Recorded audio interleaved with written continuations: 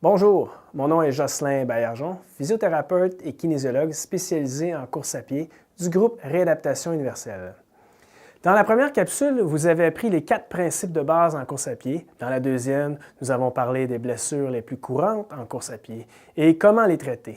Dans cette capsule, vous allez apprendre une façon simple de prévenir ces blessures en appliquant les principes de base de l'échauffement et de l'étirement. Premièrement, permettez-moi de faire une distinction importante entre l'échauffement et l'étirement, car ils sont souvent confondus. L'échauffement correspond aux mesures permettant d'obtenir un état optimal de préparation psychophysique et motrice avant un entraînement ou une compétition, et on fait ça en augmentant progressivement la température corporelle. Ça sert à préparer le corps, à faire un effort physique plus intense, et l'échauffement a un rôle fondamental dans la prévention des blessures. L'étirement, par contre, correspond à la mise en tension passive d'un groupe musculaire ou d'un muscle en maintenant cette tension de 30 à 60 secondes généralement. Un des objectifs importants des étirements est d'éviter les rétractions musculaires qui peuvent être causées par des mouvements répétitifs que l'on retrouve très bien à la course à pied.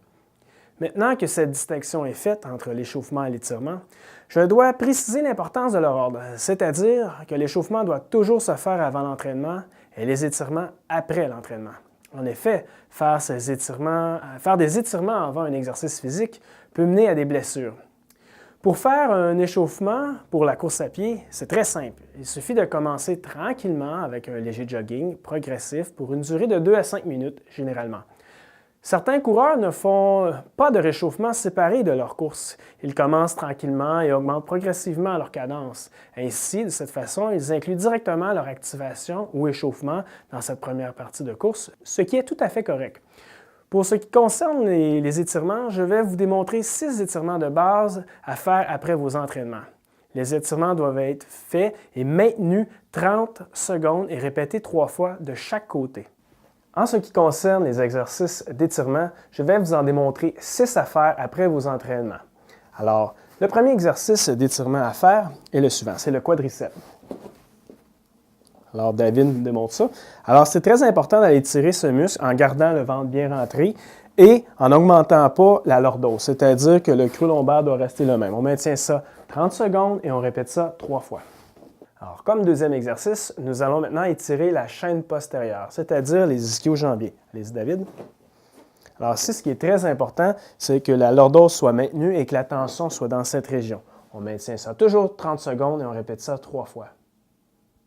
Pour le troisième exercice d'étirement, nous allons étirer maintenant l'iliopsoas. Alors, David va avancer doucement vers l'avant en maintenant sa lordose, sentir que la tension est à ce niveau.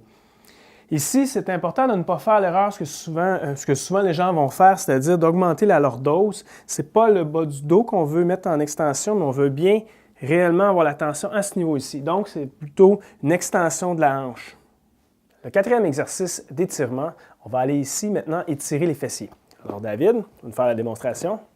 Alors ici, c'est important d'aller chercher une composante de flexion de la hanche et un peu de rotation. Mais l'erreur que les gens vont faire, c'est souvent d'aller lever ici. Alors c'est important, on reste au sol, on va créer. Alors on veut vraiment sentir une tension à ce niveau. On maintient ça 30 secondes. Pour le cinquième exercice d'étirement, nous allons maintenant aller étirer les gastrocnémiens ou, si vous préférez, les mollets. Alors vas-y David, on s'appuie bien au mur. Alors ici, c'est important, c'est d'avoir le genou en pleine extension, le talon au sol et que le pied soit bien aligné. L'erreur, souvent, les gens vont faire, c'est que le pied va être un peu à l'extérieur ou vers l'intérieur. Alors, c'est important de garder un bon alignement, le talon bien aligné et pas avoir d'oscillation avec le genou. On maintient toujours ça 30 secondes et on répète ça 3 fois.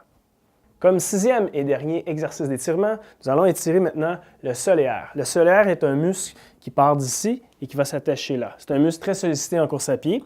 Alors, vas-y David. Alors ici, c'est important d'avoir le talon toujours bien au sol. Le genou est fléchi comparativement au mollet. On maintient ça 30 secondes. C'est important que la cheville que le pied reste toujours bien aligné dans l'axe. Exactement comme ça, on maintient ça 30 secondes. Alors, suite à cette capsule, si vous avez encore des questions, appelez-nous. Nous avons certainement les réponses pour vous. En mon nom et au nom de toute l'équipe de Réadaptation universelle, nous vous souhaitons plaisir et performance en course à pied.